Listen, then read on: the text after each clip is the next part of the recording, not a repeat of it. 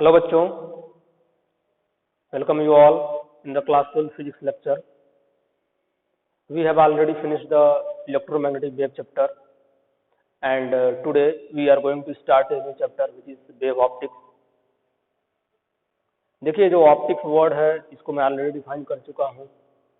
Optics is the branch of physics in which we study about light and the phenomena associated with the light. For example, reflection, diffraction, dispersion, scattering, etc. इन जितने भी phenomena की हमने study करी है, ये मानते हुए किया है कि लाइट क्या है, एक रे है. क्या है? रे है, या फिर बंडल ऑफ रेज है जिनको हम बीम बोला करते थे. बट रियलिटी से इनका कोई लेना देना नहीं है. रियलिटी ये नहीं है कि लाइट एक रे है. लाइट को हम रे तब एज्यूम करते हैं जो हम बोलते हैं कि लाइट की जो वेवलेंथ है, ठीक है, वो बहुत स्मॉल है. और ऑलरेडी चूंकि आप इलेक्ट्रोमैग्नेटिक वेव चैप्टर पढ़ चुके हो, तो जो लाइट की वेवलेंथ होती है वो 400 नैनोमीटर से लेकर के 700 नैनोमीटर के आसपास तक होती है. सो लाइट की जो वेवलेंथ है वो ऑलरेडी बहुत स्मॉल है. ठीक है. और जब बहुत स्मॉल होता है तो उस केस में जो वेवलेंथ है उसको डिटेक्ट करना क्या है, थोड़ा सा टफ काम है. ठीक है. उस केस में हम ये बोल सकते हैं कि लाइट क्या है, एक वेव है. क्या है? वेव है. क्लियर? सो जो हमने रे हमने एज्यूम किया हुआ था, ये हमने स्टडी के पॉइंट ऑफ व्यू से इसको एज्यूम किया हुआ था. चीजों को सिंप्लीफाई करने के लिए हमने यूज किया हुआ था. बट रियलिटी ये है कि लाइट का दो ही नेचर होता है, या तो पार्टिकल नेचर होता है या तो वेव नेचर होता है. क्लियर? तो इस चैप्टर में हमको क्या करना है, जो वेव ऑप्टिक्स चैप्टर है, ऑप्टिक्स क्या कि वेव लग गया, यानी जो ऑप्टिक्स स्टडी करनी है ये मानते हुए करनी है हमको कि लाइट एक वेव है. ठीक है. अभी तक हमने जो भी स्टडी किया उसमें क्या किया, लाइट एक रे है. ठीक है. तो हमको क्या करना है, अब इसमें जो भी वेव के कॉन्सेप्ट है वो सब अप्लाई होंगे वेव ऑप्टिक्स में. ठीक है. जो भी क्लास 11 में अपने वेव वगैरह पढ़ रखा है वो सारे कॉन्सेप्ट यहाँ पे अप्लाई होने वाले हैं. ठीक है. तो वेव ऑप्टिक्स में क्या करना है, हमको ऑप्टिक्स की ही स्टडी करनी है, उससे रिलेटेड जो फिनोमिना है उनकी स्टडी करनी है. लेकिन ये एज्यूम करते हुए कि लाइट एक वेव है, ये एज्यूम नहीं है, रियलिटी भी है. आज के टाइम पे ये कोई डायलेमा नहीं है कि लाइट एक वेव है कि पार्टिकल है. आज के टाइम पे ये बिल्कुल एक्सेप्ट कर लिया गया है कि light has a dual nature, means particle nature and wave nature. Clear? लेकिन जब ये सब बातें हो रही थी, ठीक है, तो उस टाइम पे कुछ लोग पार्टिकल मानते थे और कुछ लोग वेव मानते थे. उसी में से न्यूटन थे. ठीक है. और न्यूटन ने अपना ही एक मॉडल दिया. न्यूटन ने अपना ही एक मॉडल दिया जिसको क्या बोला गया, न्यूटन कॉर्पस्कुलर थियरी. ठीक है. कॉर्पस्कुलर थियरी, पी साइलेंट है, कॉर्पस्कुलर थियरी. इनके थियरी के अकॉर्डिंग अगर आप देखो तो इन्होंने ये बोला, every light source emits teeny elastic rigid massless particle. Means जो लाइट है, जो लाइट सोर्स होता है वो क्या करता है, टीनी पार्टिकल्स इमिट करता है.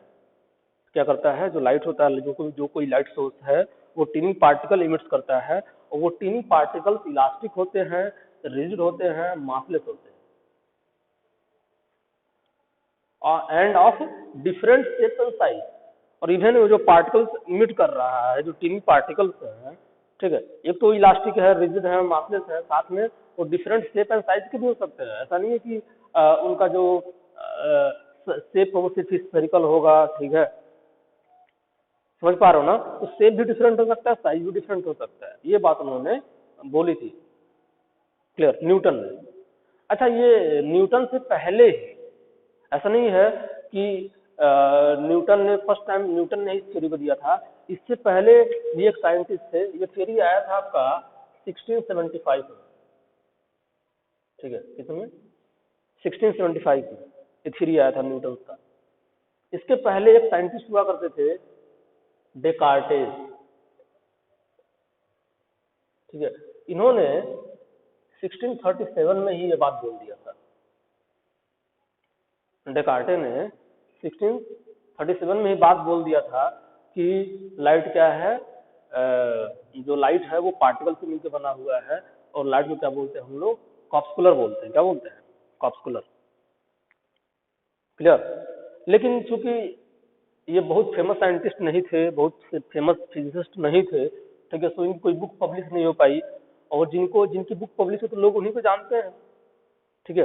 तो उस टाइम पे 1675 में न्यूटन ने, ठीक है, उससे पहले न्यूटन ने एक बुक पब्लिश करी थी, जिस बुक का नाम था ऑप्टिक्स, ठीक है। क्या नाम था? ऑप्टिक्स। ये CKS, क्योंकि स्पेलिंग हुआ है, बट उनकी बुक का जो टाइटल था वो ये था ऑप्टिक्स, ठीक है। मैं भी आपको दिख ना रहा हूँ, मैं यहाँ पर राइट कर देता हूँ, ये हो सकता है कैमरे के बाहर हो। ऑप्टिक्स ये था उनके बुक। तो जब लोगों ने इस बुक को पढ़ा, ठीक है, तो उन्होंने इस थियरी को न्यूटन की थियरी कहने लगे। जबकि अगर देखा जाए तो मेन क्रेडिट किसको जाता है? डेकार्टे को जाता है। क्लियर। कोई नहीं, तो न्यूटन, आज भी इसको न्यूटन की थियरी बोली जाती है, तो इस वजह से मैं आपको न्यूटन की थियरी के अकॉर्डिंग ही पढ़ा रहा मैं आपको, ठीक है।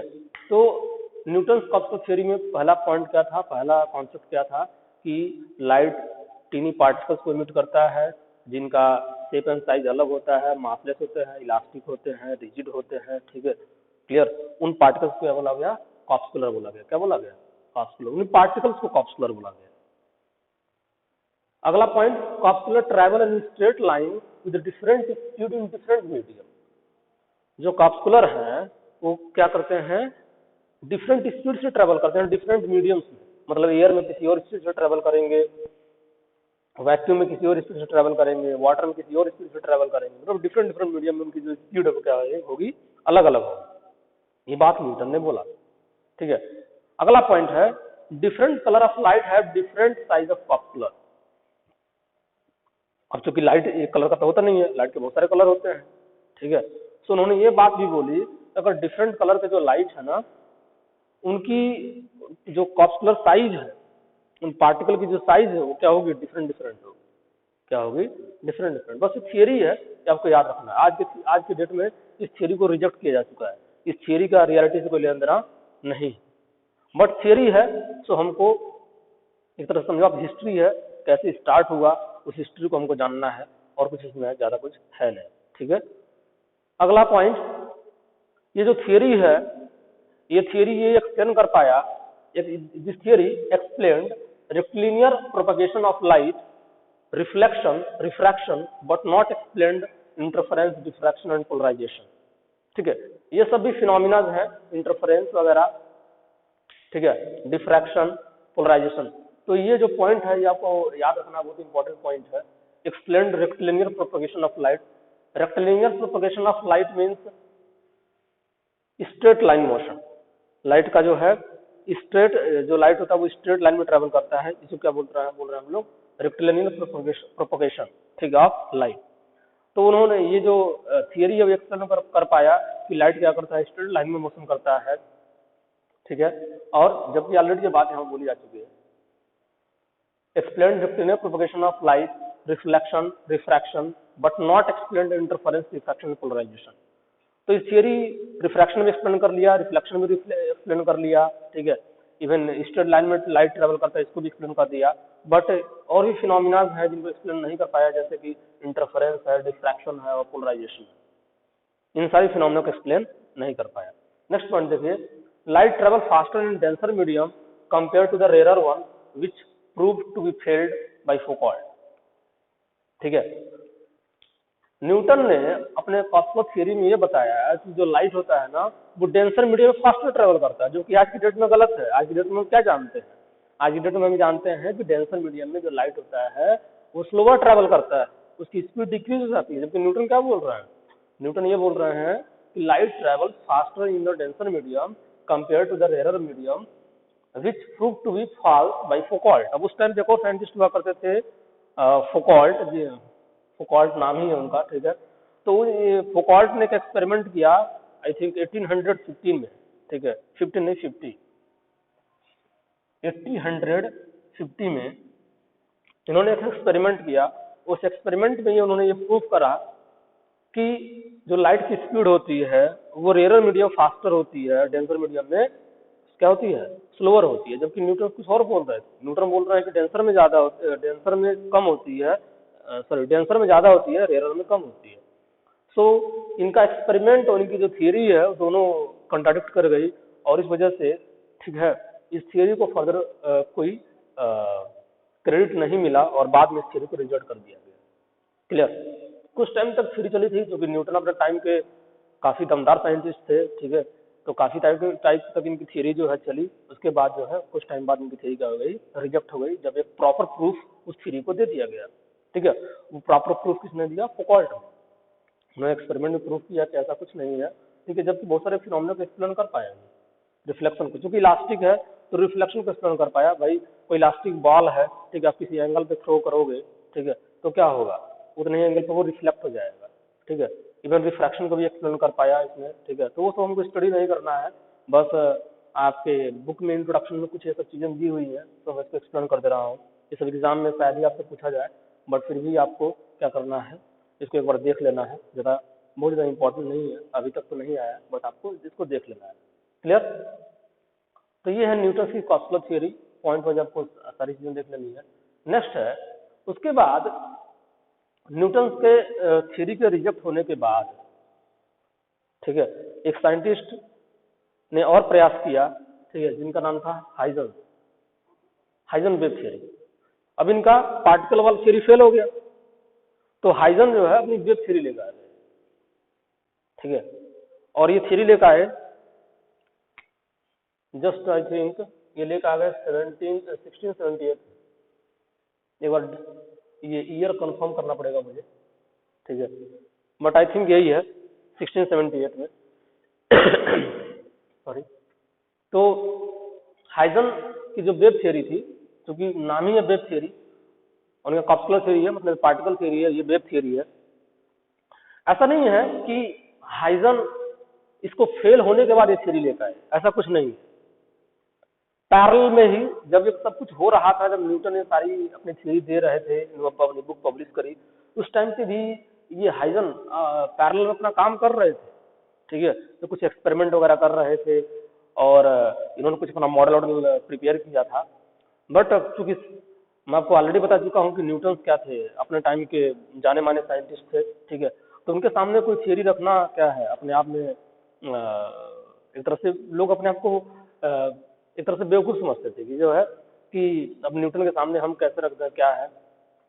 समझ पा रहे हो ना ये बात। तो अगर रख भी देते तो लोग उसको एक्सेप्ट नहीं करते। ठीक है, मतलब ये मैं बोलना थोड़ा सा गलत बात होगा कि अपने आप को बेवकूफ समझते थे। ठीक है, पूरी तरह से बात नहीं है, रियलिटी ये है कि अगर वो रखते भी तो लोग उसको एक्सेप्ट नहीं करते। समझ पा रहे हो ना भाई, न्यूटन बहुत बड़े साइंटिस्ट है, हाइजन का कोई नाम ही नहीं जानता, बात समझ पा रहे हो ना। तो इस वजह से ऐसा नहीं है कि हाइजन का कोई वजूद नहीं था। ठीक है, ये भी अपनी थ्योरी पैरेलल में अपना सब कुछ कर रहे थे, अपनी थ्योरी ले के आए थे, बट उनको इतना क्रेडिट नहीं मिला। जब इनकी थ्योरी फेल हो गई, ठीक है, तब इन्होंने अपनी थ्योरी लोगों के सामने लेके आए। ठीक है, और उस थ्योरी में उन्होंने बोला, अपना जो पहला पॉइंट उन्होंने बोला कि light is a mechanical wave. ये बोल रहे थे कि लाइट क्या है, पार्टिकल है। ये क्या बोल रहे हैं, लाइट एक मैकेनिकल वेव है। लाइट क्या है, मैकेनिकल वेव। अब आप ऑलरेडी जानते हो, मैं आपको वेव के बारे में बहुत अच्छे से बता चुका हूँ। अगर मैकेनिकल वेव है तो उसको क्या चाहिए, मीडियम चाहिए। क्या चाहिए, मीडियम, रिक्वायर्स मीडियम। और हम ऑलरेडी ये जानते हैं इलेक्ट्रोमैग्नेटिक वेव स्टेटस से, लाइट क्या है, वेव, एक इलेक्ट्रोमैग्नेटिक वेव, और इलेक्ट्रोमैग्नेटिक वेव को मीडियम की जरूरत नहीं है, मीडियम की जरूरत नहीं है। अब इन्होंने बोल तो दिया, हाइजन ने बोल तो दिया कि जो है एक मैकेनिकल वेव है, तो लोगों ने भाई पूछना स्टार्ट कर दिया, भाई अगर मैकेनिकल वेव है तो फिर इसको मीडियम की जरूरत होगी, और अर्थ और सन के बीच में कोई मीडियम नहीं है, वहां पे आप कैसे बताएंगे कि जो है जो लाइट है वो और सन से अर्थ तक कैसे आ रही है। ठीक है, तो उस टाइम पे जो है ये ईथर थ्योरी बहुत फेमस हुई। कौन सी थ्योरी, ईथर थ्योरी। ठीक है, ईथर थ्योरी अगेन डेकार्टे ने, मैं 100% श्योर नहीं हूं, बट डेकार्टे ने ही ईथर थ्योरी को क्या किया था, दिया था। और इस थ्योरी के अकॉर्डिंग ये बोला गया कि ये very dilute and highly elastic medium is spread everywhere in space, ठीक है। इस ईथर थ्योरी के अकॉर्डिंग ये थ्योरी आई क्यों, एग्जिस्टेंस में क्यों आई भाई, जब पहले ही बोल दिया हाइजन ने कि लाइट क्या है, एक मैकेनिकल वेव है, और अगर मैकेनिकल वेव है तो उसको क्या रिक्वायर्ड होगी, मीडियम रिक्वायर्ड होगी। अब वो मीडियम आएगा कहाँ से, ठीक है। तो लोगों ने डेकार्टे की थ्योरी को यूज कर लिया, ईथर थ्योरी को डेकार्टे के, और इस थ्योरी में ये बोला गया कि a very dilute and highly elastic medium is spread everywhere in the space called ether, ठीक है। पूरे इस यूनिवर्स में, पूरे इस स्पेस में हर जगह क्या है, एक वेरी डाइल्यूट और इलास्टिक मीडियम क्या है, स्प्रेड आउट है, ठीक है, और काफी इलास्टिक होता है वो। ऐसा कुछ एज्यूम किया गया जिसको क्या बोला गया, ईथर बोला गया, क्या बोला गया, ईथर, ठीक है। और उसी ईथर मीडियम को यूज करके क्या कर रहा है, लाइट सन से अर्थ को आ रहा है, ऐसा बोला गया। और इवन देखिए इसी कितना कॉन्ट्राडिक्टरी ये थियरी थी, इसमें बोला गया कि ये अनटचेबल है, जो ईथर है उसको आप टच नहीं कर सकते, उसको आप डिटेक्ट नहीं कर सकते, ठीक है। तो मैंने नीचे लिख रखा है, using this ether ether ether ether light travels in space, ठीक है। तब ये बात हाइजन अपनी बात को इस तरह से, लोगों के पास कोई प्रूफ नहीं था, ठीक है, जबरदस्ती का थ्योरी थोप रहे थे, ठीक है। तो ईथर थ्योरी तो वास्तव में एकदम से जबरदस्ती थोपने वाली थ्योरी थी, एक तरह से देखा जाए तो। ये भी फिर भी कुछ थ्योरी में कुछ दम लग रहा है, लेकिन ईथर थ्योरी में तो बिल्कुल दम नहीं लग रहा है, ठीक है, तो समझ पा रहे हो ना। तो जब इन्होंने मैकेनिकल वेव बोल दिया तो वो उनका कॉन्सेप्ट लेके चले आए किसका, डेकार्टे का, ठीक है। ईथर थियरी, ईथर है पूरे मीडियम में, और उसी का यूज करके लाइट क्या कर रहा है, ट्रैवल कर रहा है। अच्छा, कुछ ये इसमें एडवांटेज की भी थियरी है, ठीक है। क्या था, it was unable to explain polarization and photoelectric effect except all other phenomena.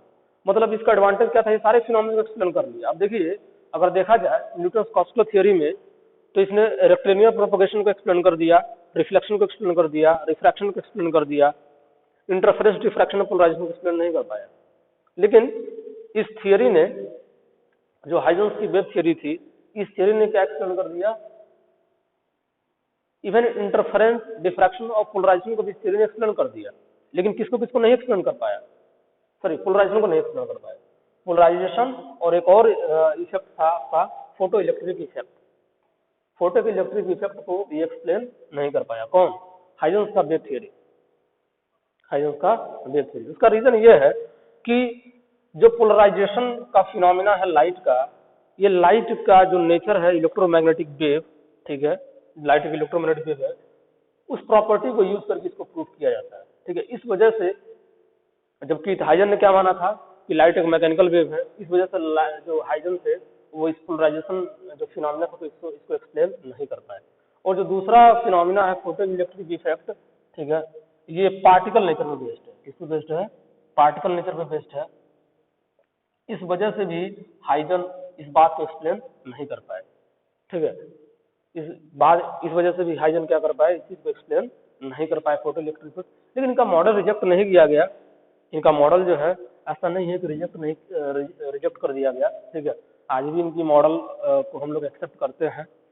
इनके मॉडल तो बिल्कुल रिजेक्ट कर दिया गया, ठीक है, लेकिन इनका मॉडल अभी भी क्या है, यूजफुल है। इनके मॉडल का यूज करके आप देख पा रहे हो, ठीक है, सारी चीजें एक्सप्लेन हो गई हैं, सिर्फ पोलराइजेशन और फोटो इलेक्ट्रिक इफेक्ट एक्सप्लेन नहीं हो पाया। क्लियर, उसका रीजन मैंने आपको बता ही दिया। इन्होंने जो गलती करी, एक तो उन्होंने क्या बोल दिया कि लाइट एक मैकेनिकल वेव है, सबसे गलती इन्होंने यही कर दी, ठीक है। और दूसरा जो कि फोटो इलेक्ट्रिक इफेक्ट है वो पार्टिकल नेचर बेस्ड है, और उसको जबरदस्ती प्रूफ करने की कोशिश कर रहे थे, इस वजह से प्रूफ नहीं कर पाई है कि फोटो इलेक्ट्रिक इफेक्ट जो है कैसे शो होगा, ठीक है। इस वजह से वो अनेबल रहे इस चीज को एक्सप्लेन करने में। क्लियर हुआ ना। बाद में इस फोटो इलेक्ट्रिक इफेक्ट को पार्टिकल नेचर यूज करके प्रूफ किया गया, और वो सक्सेसफुली क्या हो गया, प्रूफ हो गया, ठीक है। पोलराइजेशन को इलेक्ट्रोमैग्नेटिक वेव एज्यूम करके प्रूफ किया गया लाइट को, ठीक है, और वो प्रूफ हो गया, ठीक है। तो जो हाइजन थे, ठीक है, हाइजन ने अपने कुछ प्रिंसिपल दिए, ठीक है। हाइजन ने क्या किए, एक तो ये अपनी थियरी दी इन्होंने, ठीक है, कि क्या है लाइट, ठीक है, लाइट कैसे ट्रेवल करता है, लाइट को हम क्या माना है, ठीक है, लाइट कौन कौन से फिनोमिना शो करता है, वो सारी चीजें इन्होंने इसमें अपनी थियरी में बताई, ठीक है। अब ये कुछ प्रिंसिपल थे, जिन प्रिंसिपल को यूज करके उन्होंने सब सारी चीजें क्या करी थी, प्रूफ करी थी। कौन कौन सा, ये, हाँ, रिफ्लेक्शन, रिफ्रैक्शन, इंटरफेरेंस, डिफ्रैक्शन, ठीक है, बात समझ पा रहे हो ना। तो उस प्रिंसिपल को हमको जानना है, ठीक है। ये तो हम जाने और प्रूफ किया इन्होंने, कैसे प्रूफ किया, क्या कॉन्सेप्ट यूज किया, ठीक है, उस कॉन्सेप्ट को हमको जानना है। ठीक है, तो उस कॉन्सेप्ट को जानने से पहले, अब जैसे मान लीजिए हमको किसी भी फाइन की वर्किंग पढ़नी है, तो उसमें क्या कॉन्सेप्ट यूज हुआ है वो हमको जानना पड़ेगा ना। तो सिमिलरली अगर हमको इन सारे फिनोमिना को एक्सप्लेन करना है, तो उसमें हाइजन ने कौन सा कॉन्सेप्ट यूज किया उसको हमको जानना पड़ेगा। दैट इज उनको क्या बोलते हैं, हाइजन प्रिंसिपल बोलते हैं। क्या बोलते हैं, हाइजन प्रिंसिपल। क्लियर हुआ। तो जो नेक्स्ट लेक्चर है उसमें हम लोग हाइजन प्रिंसिपल को स्टडी करेंगे, और हाइजन प्रिंसिपल को यूज करके ये प्रूफ करेंगे हम लोग कि उन्होंने कैसे प्रूफ किया कि जो लाइट है वो रिफ्लेक्शन, जो लाइट का वेव नेचर है, ठीक है, उसने कैसे रिफ्लेक्शन को प्रूफ किया, कैसे उसने रिफ्रैक्शन को प्रूफ किया। तो मेनली में क्या सीखना है, अभी जो हमारा जो मेन टारगेट है अभी वो है हाइजन प्रिंसिपल सीखना। तभी हम लोग सबसे पहले नेक्स्ट लेक्चर में क्या सीखेंगे, हाइजन प्रिंसिपल सीखेंगे, और फिर हाइजन प्रिंसिपल को यूज करके हम ये देखेंगे कि रिफ्लेक्शन को कैसे प्रूफ कर पा रहे हैं। रिफ्लेक्शन मतलब जो भी रिफ्लेक्शन के लॉज हैं उनको क्या हम प्रूफ कर पा रहे हैं, नहीं कर पा रहे हैं। तभी तो हम लोग बोल पाएंगे कि जो है जो हाइजन का वेव थियरी है वो रिफ्लेक्शन को एक्सप्लेन कर पाया, रिफ्रैक्शन को एक्सप्लेन कर पाया। तो सबसे पहले क्या करना पड़ेगा, हमको लॉज ऑफ रिफ्लेक्शन प्रूफ करना पड़ेगा। क्या करना पड़ेगा, laws of reflection Huygens principle use करके, लॉज ऑफ रिफ्रैक्शन प्रूफ करना पड़ेगा हाइजन प्रिंसिपल यूज करके। तब जाके ये हम कह पाएंगे कि जो हाइजन का वेव थियरी है वो रिफ्लेक्शन फिनोमिना को और रिफ्रैक्शन फिनोमिना को क्या कर पाया, एक्सप्लेन कर पाया। क्लियर हुआ ना। बाद में हम लोग फिर इसको इंटरफेरेंस भी देखेंगे, इंटरफेरेंस भी देखना है, डिफ्रैक्शन भी देखना है, पोलराइजेशन भी देखना था, बट पोलराइजेशन हमारे सिलेबस से रिमूव कर दिया गया है। ठीक है, अभी जो ये एकेडमिक ईयर है, इस एकेडमिक ईयर में पोलराइजेशन को हमारे सिलेबस से रिमूव कर दिया गया है। ठीक है, सो हम नहीं तो अदरवाइज इसको भी देखते हैं हम लोग कि पोलराइजेशन क्या होता है और ये कैसे एक्सप्लेन होगा। तो अभी के लिए ज़्यादा हेडक नहीं है, सिर्फ रिफ्रैक्शन और रिफ्लेक्शन हमको क्या करना है, हाइजन प्रिंसिपल से प्रूफ करना है, उनके लॉस को प्रूफ करना है, और दूसरा क्या देखना है हमको, इंटरफेरेंस क्या होता है, डिफ्रैक्शन क्या होता है, वो सारा। तो जो भी इंटरफेरेंस या डिफ्रैक्शन है ये वेव नेचर पे ही बेस्ड है। इसको हम लोग particle nature cosmology theory use करके या फिर रे कॉन्सेप्ट यूज करके हम प्रूफ नहीं कर सकते। क्लियर हुआ ना। तो हम लोग को ये जो थियरी है उनकी जो प्रिंसिपल है हाइजेंस की वो जानना बहुत जरूरी है। तो उसको नेक्स्ट हम लोग सीखेंगे। ठीक है, ओके, थैंक यू।